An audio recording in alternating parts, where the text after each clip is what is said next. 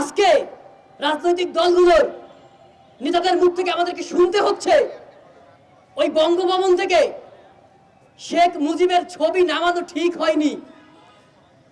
আজকে আমাদেরকে শুনতে হচ্ছে বাকশালের মূলনীতি দিয়ে ভরা যেই সংবিধান, সেই সংবিধানই যেই সংবিধান দিয়ে শেখ হাসিনা গত 16 বছর বাংলাদেশের মানুষকে, আমাদের বিরোধী মতকে, বিরোধী দলকে সেকেন্ড ক্লাস সিটিজেনে পরিণত করেছিল। এই সংবিধানই আমাদের লাগবে।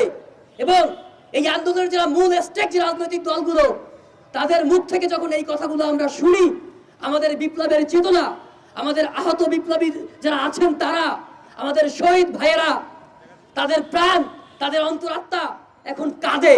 আমাদের মন কাঁদে যে আমরা জীবন দিচ্ছি, আমরা লড়াই করছি, কিন্তু আমাদের লড়াইয়ের সুফল যে রাজনৈতিক দলগুলো ভোগ করবে, তারা আজকে বলছে আওয়ামী লীগকে এত ফ্যাসিস্ট বলা যাবে না, আওয়ামী লীগের রাজনীতির অধিকার আছে। এবং আওয়ামী লীগ বলছে, আমরা আওয়ামী লীগের নেত্রী বলছে, খুনি হাসিনা বলছে, আমি বাংলাদেশের খুব কাছে আছি, চট করে ঢুকে পড়বো, তুমি চট করে আসো, আমরা খপ করে ধরে তোমাকে জেলের মধ্যে ভরে দিব। সরকার কি করছে? বিভিন্ন বিতর্কিত লোককে উপদেষ্টা বানিয়ে আমাদের আন্দোলনকে প্রশ্নবিদ্ধ করছে। কেন করছে? আমরা চাই না আওয়ামী লীগের ফ্যাসিস্টরা আবার পুনর্বাসিত হোক।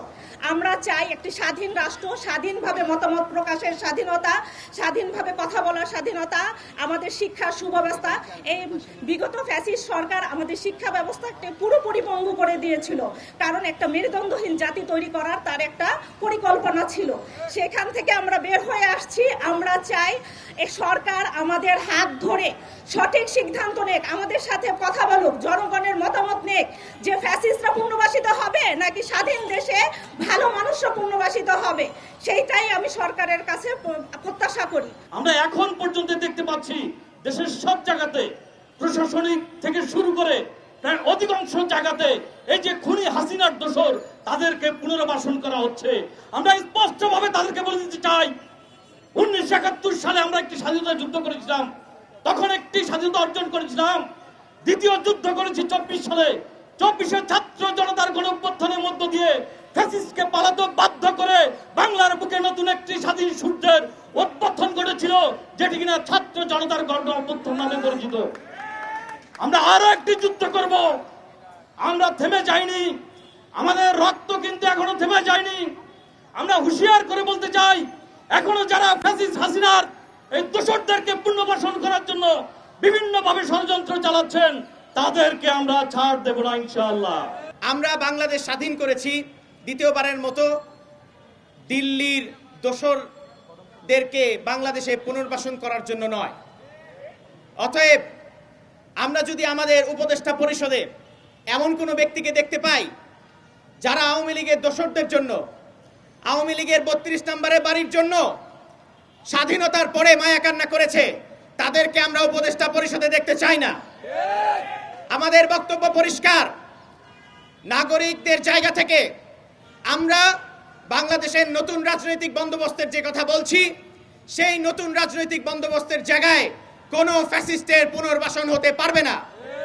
আমাদের শহীদদের লাশের সারি এখনো দীর্ঘ হচ্ছে। আমরা গতকালকেও দেখতে পেয়েছি শহীদ মিনারে আমরা এক শহীদ ভাইয়ের জানাজা পড়েছি। আমাদের শহীদদের লাশের মিছিল থেমে যায় নাই, কিন্তু আমরা রাষ্ট্র সংস্কার না করে, ফ্যাসিবাদ ব্যবস্থার নির্মূল না করে আমরা খুব আরামে ঘরে ফিরে যেতে চাচ্ছি। আমি নাগরিকদের কাছে আহ্বান জানাবো, আমরা যতদিন পর্যন্ত এই ফ্যাসিবাদী ব্যবস্থার বিলোপ না করতে পারবো, আমাদের এই যুদ্ধ শেষ হবে না।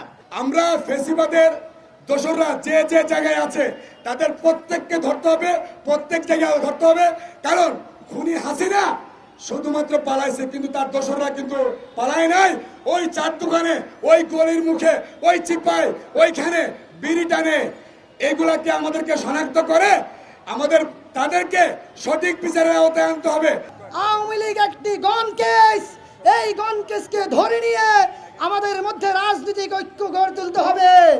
যারা বলবে আওয়ামী ফ্যাসিস্টদেরকে আবারও বাংলাদেশের রাজনীতিতে সুযোগ করে দিতে হবে, তাদেরকে আমরা বাংলাদেশের রাজনীতি করতে দেব না। যারা আওয়ামী লীগকে ফ্যাসিস্ট বলতে ভয় পায়, তাদেরকে আমরা বাংলাদেশের রাজনীতিতে রাজনীতি করতে দেব না। বাংলাদেশের জনগণকে যারা খুন করে, বাংলাদেশের জনগণের প্রতি যাদের ন্যূনতম সম্মান নেই, বাংলাদেশের ভোটাধিকার জনগণের রাইটসের প্রতি যাদের ন্যূনতম কোনো সম্মান শ্রদ্ধাবোধ নাই, তাদেরকে যারা সাপোর্ট করবে তাদেরকেও আমরা সেই কাতারে ফেলে দেব।